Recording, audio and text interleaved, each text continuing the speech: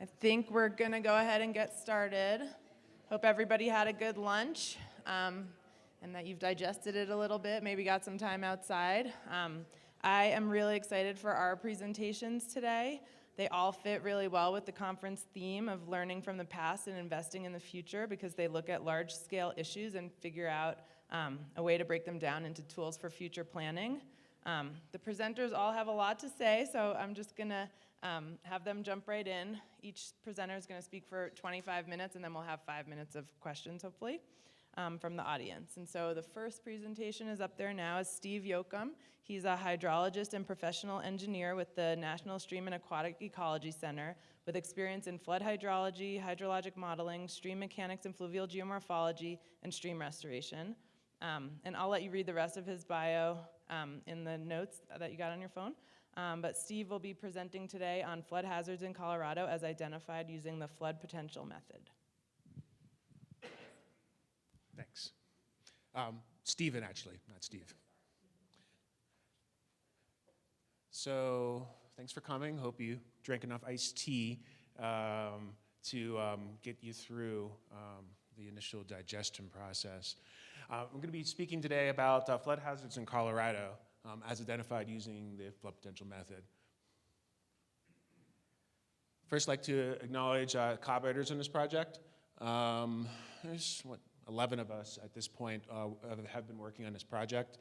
We're with the Forest Service National Stream and Aquatic Ecology Center, which is a headquarters-based national level technology development services team, as well as our crew from One Water Solutions Institute at Colorado State University.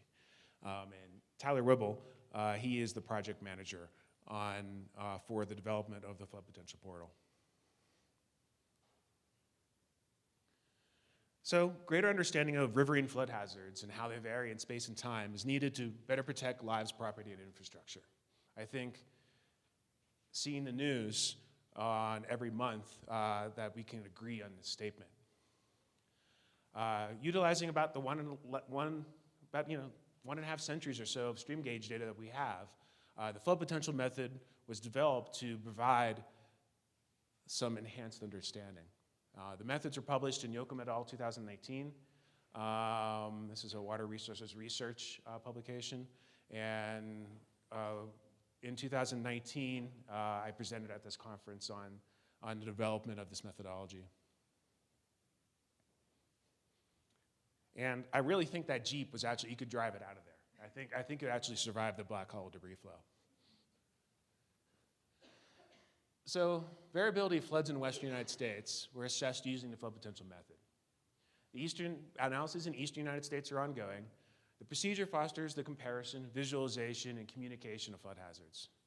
It highlights the status of flooding and how they vary across regions, and it monitors for climate change impacts in large flood magnitudes and frequency. The method is, at its core, relatively simple. It utilizes regressions of maximum recorded discharges of stream gauges across zones of similar flood response. These regressions are the central tendency of large floods, the expected flood potential discharge.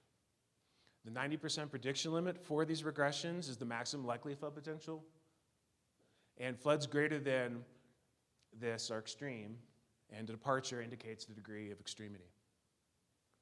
And I just lost my computer screen. Oh, it came back on. So that might just psych me out a little bit. So we use indices to compare flooding characteristics between zones and to test for trends. The flood potential method provides baseline and trend information on large floods based upon the observational record. And the focus is on large floods. These are the floods of a scale relevant for infrastructure design and floodplain management. It provides information for practitioners to make more informed decisions in an efficient manner, and it's based upon actual measurements rather than problematic numerical simulations of climate and hydrology. The flood potential portal, this aspect of this project is what Tyler is the project manager of, is a decision support system for enhancing the understanding of riverine flood hazards in the United States. Screen turned off again. It was developed by One Water Solutions Institute at Colorado State University in collaboration with my technical center. And it was designed as a one-stop shop to help users understand flood variability and to make flood magnitude predictions at user-selected points of interest. The portal provides map-based and cross-sectional tools for comparing and communicating how flood magnitudes vary over space. It reports on the observed trends in the magnitude, frequency, and flashiness of floods. It illuminates flooding patterns from, all the way from the continental scale through regional levels, all the way down to the catchment level.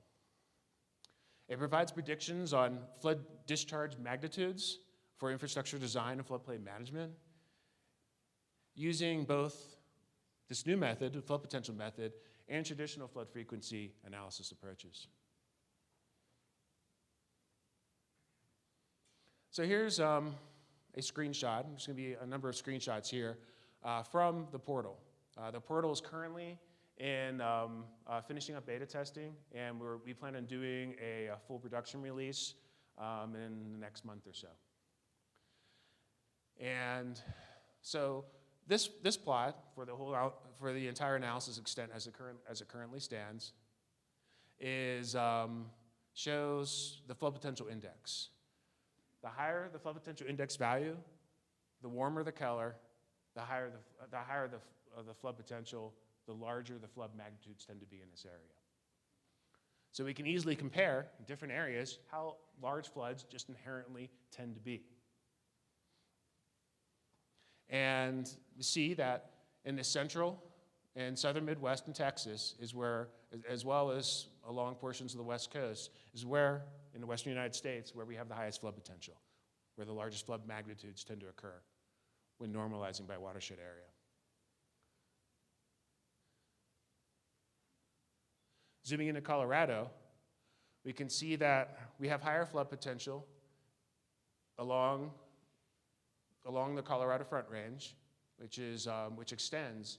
We actually see the same pattern all along the Rocky Mountain front, as well as the high plains, and substantially less flood potential in the high country.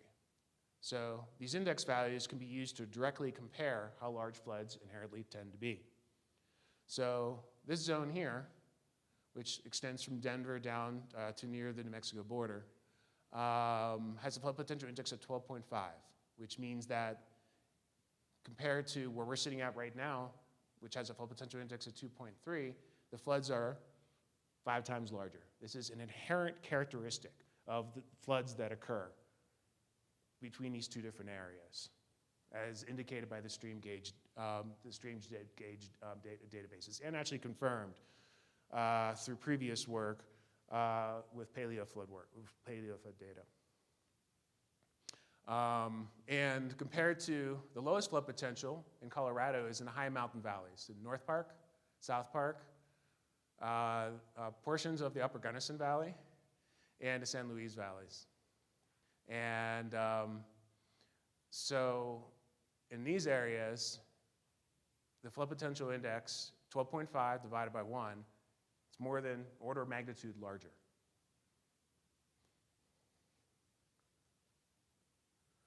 So within the portal, when you click on a zone or you choose from the pull down,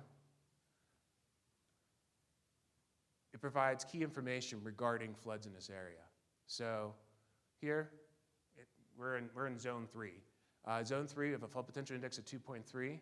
Here's percentiles provided, the 18th percentile for the whole, how large floods inherently are, compared to the entire analysis extent for the western United States. And all kinds of information is provided on flooding characteristics within the zone, and percentiles provided where appropriate. Flood potential plot is provided, as well as seasonality, frequency of floods by month, showing the snowmelt regime in zone 3. And hover information is provided. So you hover at any of these points, it gives key information regarding the flood that occurred. And interesting about this specific zone is when you highlight a lot of these points that they're on the upper end, they tend to be recent, collected in floods that have occurred in the last 20 years. So it's something interesting going on with this particular flood potential zone that we're sitting in right now. Comparative flood potentials is provided. What this shows is how large, what's the flood potential in a zone that we're in, the dark black line, compared to adjacent zones. So we see here, graphically, how floods along the Colorado Front Range are just inherently larger than what we experience in the high country, which is nothing new, but this is actually the case for the entire country. This sort of natural tendency of the scale of floods that occurs in these areas. As mentioned earlier, the method allows us to systematically identify and rank extreme floods. So this is a plot of 502 extreme floods that have occurred in the western United States. The more reds are higher or more extreme floods. Zooming into Colorado again, we actually see a cluster of these darker red colors and higher east of F values. This is Jimmy Camp Creek at Fountain, Colorado, this little watershed right here. That watershed experienced a discharge of 124,000 CFS during the 1965 event. The 65 flood in this watershed was extreme. How extreme was it? It had an extreme flood index of 14.3, which makes it one of the most extreme floods quantified in the western United States and likely within the United States.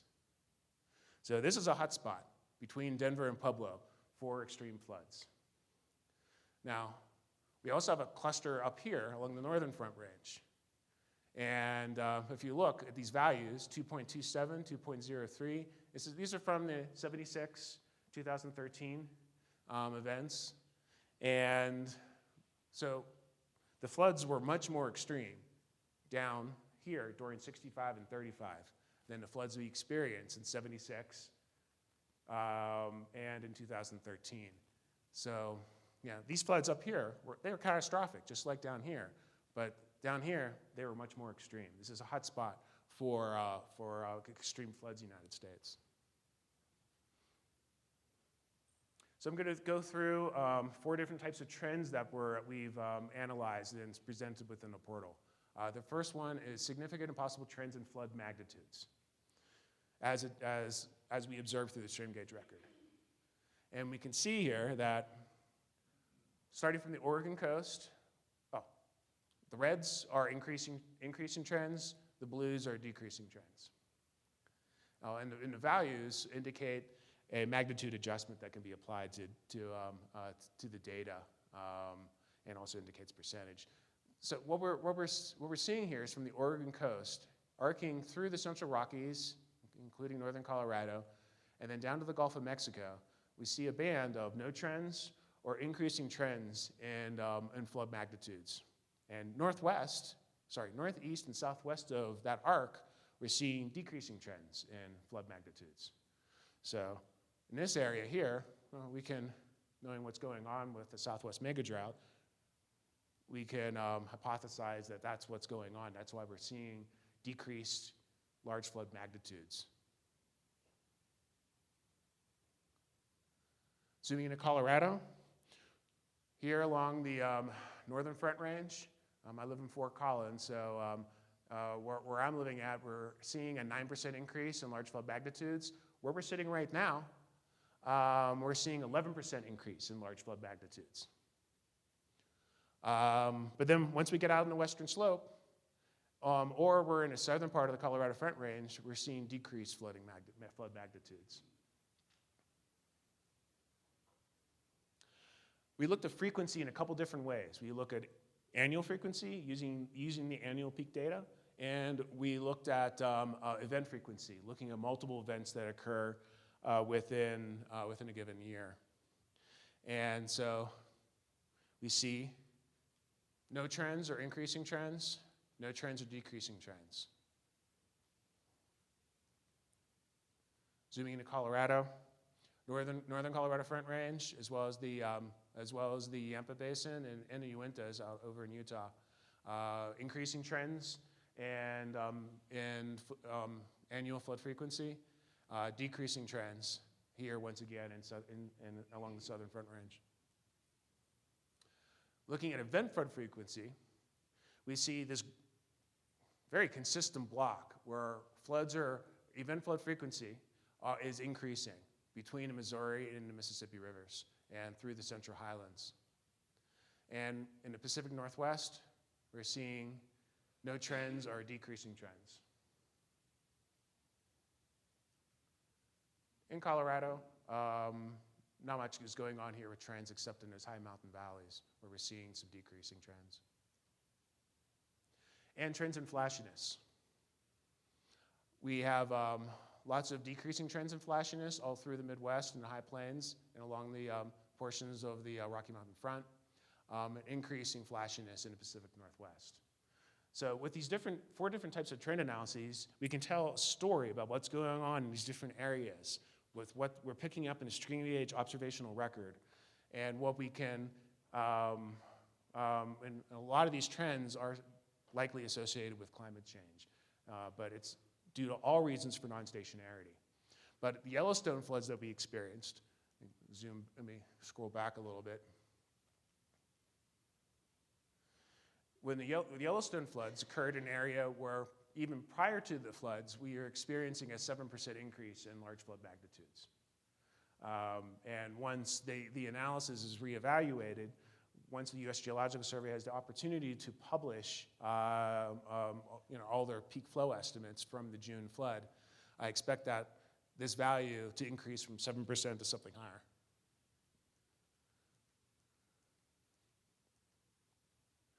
So the tool is a neat function that allows you to cut cross-sections, cut regional scale cross-sections across the landscape, and understand how flood variability is tied inherently with the topography. And here we see a cross-section that goes from the Four Corners area through Denver. And the warmer colors indicate higher flood potential. The cooler colors, lower flood potential. So as we pass from the Colorado Plateaus to the western slope, then into the high country, and into this orographic sheltered zone, the flood potential decreases. But then as soon as we get to into the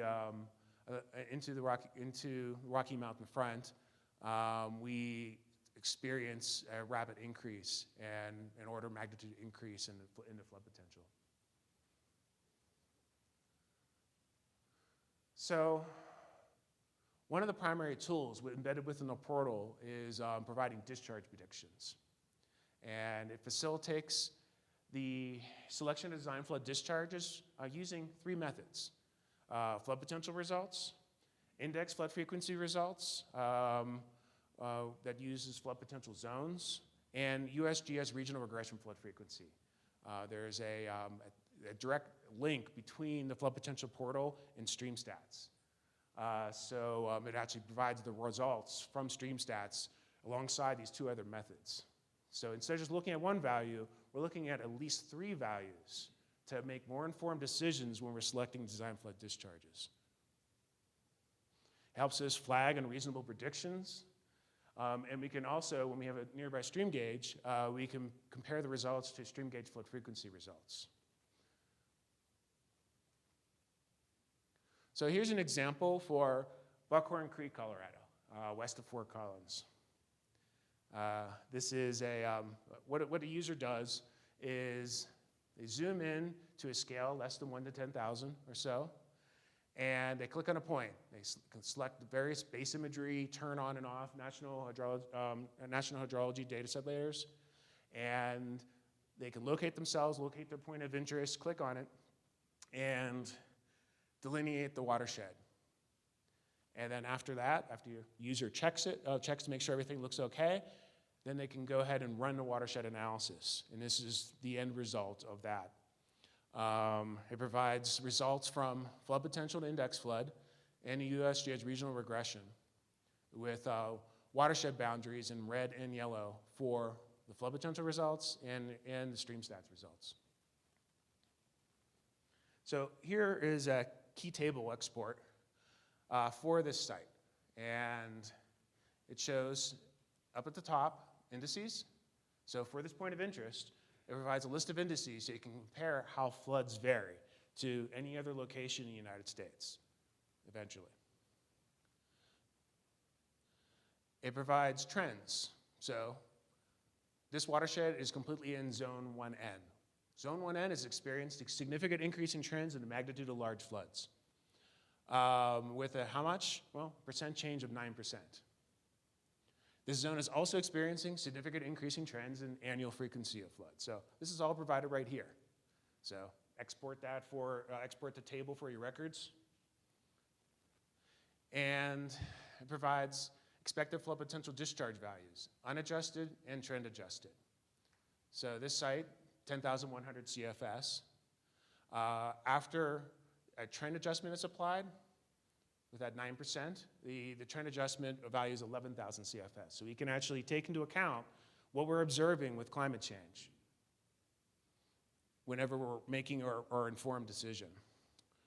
We can compare the results to index flood frequency result, which is low, the US regional regression result, which is remarkably similar. And an important thing to consider is the expected flood potential discharge has been previously found to be insignificantly different than the 100-year discharge. So these are of the same scale. They should be of the same scale. They should be comparable. So we can see that, hey, we have two values that are close and we have one that's low. Well, that really helps inform what an appropriate design flood discharge should be. But we have a twist here at this site. We have a stream gauge. The stream gauge is based upon analysis of these data. So let's look at this. We have all these low events, and then we have 4 high events, and some middle guys here. 3 of these higher events are very similar in scale to the expected flood potential discharge. This one high event is actually associated with a dam failure study, so we can a dam failure that occurred, so we can actually cross that guy out. But this really shows the bimodal characteristics of the stream gauge data in this short record, 32 years of record. So what that does, if you run a flood frequency analysis, what that does is it tends to, in this situation, overpredict the 100-year discharge. 21,400 CFS is a lot bigger than the high mode events that have been experienced, but you have to remember what's going on with 17B or 17C analyses is it's assuming a Pearson distribution fits. With a bimodal mixed population data set, it doesn't fit. So the tools that we're developing, the methods that we've developed, help us flag these problems and make more informed decisions regarding appropriate design, flood, and regulatory discharge estimates. So, thoughtful consideration results are required for the selection of the most appropriate design flood discharge estimates. The experts need to use the results that are available, look at multiple things in multiple ways, and choose what seems to be most appropriate. The portal was designed to help with decision making, but does not replace our expertise. So I'm going to wrap up with a comparison of FEMA regulatory 100-year discharge estimates to the expected flood potential discharge values. So what we're doing here is we're checking what we're seeing for FEMA regulated discharge by using expected flood potential discharge. We don't really know which is right. We're just using one to check off of the other to indicate, okay, do we have good agreement?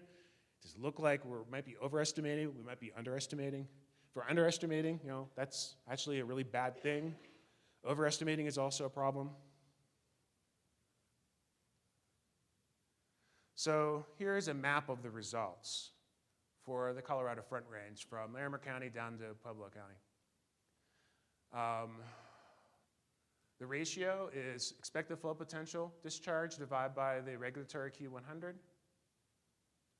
And so if we have values less than 1, the regulatory discharge may be overestimating. If it's greater than 1 or much greater than 1, the regulatory discharge might be underestimating. So green is where we have general agreement. So, my laser, there it is. So green, we have pretty good agreement. Blue versus reds and yellows, where we're under predicting. Now, overlaying flood potential zones, we can see that these points all drain areas that are within these higher flood potential front range zones, 1N, 1S, but also draining in the higher elevations, these mountain zones, which have much less flood potential. And how much less? Well, here are the flood potential, relative flood potential plots to show that. So there's a lot of variability going on. But when you're using the portal, it takes that variability into account. So we have close agreement in Jefferson County, in portions of Boulder County.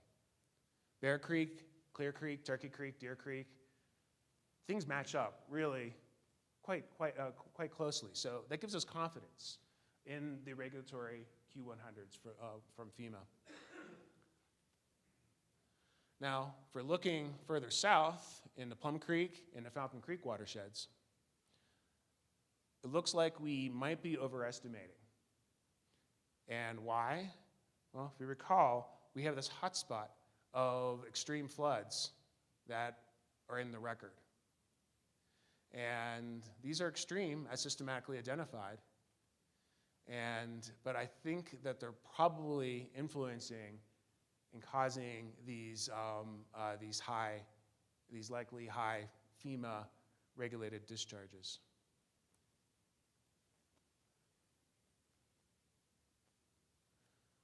We have pretty close agreement in the Big Thompson River and the James Creek. After 2013 flood, James Creek, a hydrologic study was done for that. I think it was a flood frequency analysis. There might be some people in the room who did that. They increased dramatically the expected flow potential discharge. The regulatory discharge over 3,200 CFS used to be around 400 or 500 CFS. And that agrees quite closely with expected flow potential discharge. That increases some whenever you account for observed trends. And that could be taken into account in the regulatory discharge. Big Thompson River, we have nice comparison. We have good agreement. But whenever we go further north in northern Colorado, we see that the Cache-la-Poudre River might be under-predicting. The regulatory discharge might be under-predicted, as indicated by the central tendency of large floods that have occurred across the zone.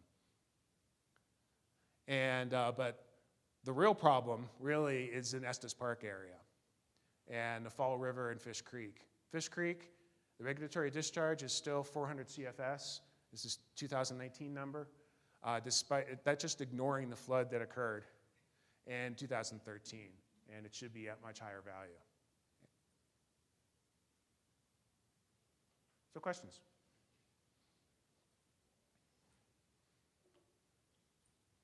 Yes. Do you have like a time scale or limits when you're taking these analyses? Do you try to do it 3 years, or do you do trend analysis? Do you target sometimes some time periods? No. It's actually using all the available data. For magnitudes, yes, it's all the data. For frequency analyses, it goes from 1945 to present. Okay, but like maybe climate change or any type of trend analysis, you're not taking shorter periods? No. Really, the stream gauge data aren't sufficient to play those sorts of games in my mind. Yes? When looking at these last discrepancies that you just shared, do you think that most of the discrepancies have to do with the sort of management of non-normally distributed statistics and sort of previous determinations of Q100? Or are you seeing patterns in lithology or management or other sort of watershed characteristics that drive sort of tendency one way or the other? You know, the Kashlaputa River is a really hard river to get your handle around what's an appropriate design or management discharge. I actually have an example in an appendix on the user manual that does a deep dive on that. Kashlaputa River is a hard one, but it does indicate that there's a good chance we are underestimating the Kashlaputa River. But it's complex. The example for Buckhorn Creek, well, that's due to the stream gauge analysis. And the stream gauge data do not match a Pearson distribution. And so that's statistics. I can't tell you what's going on in Estes Park. I really can't tell you. It would be cynical for me to actually express my suspicions. I think we have time for one more question. Thank you, Stephen. It was great. I'm looking forward to that coming out. If and how has rain on snow been handled in this analysis?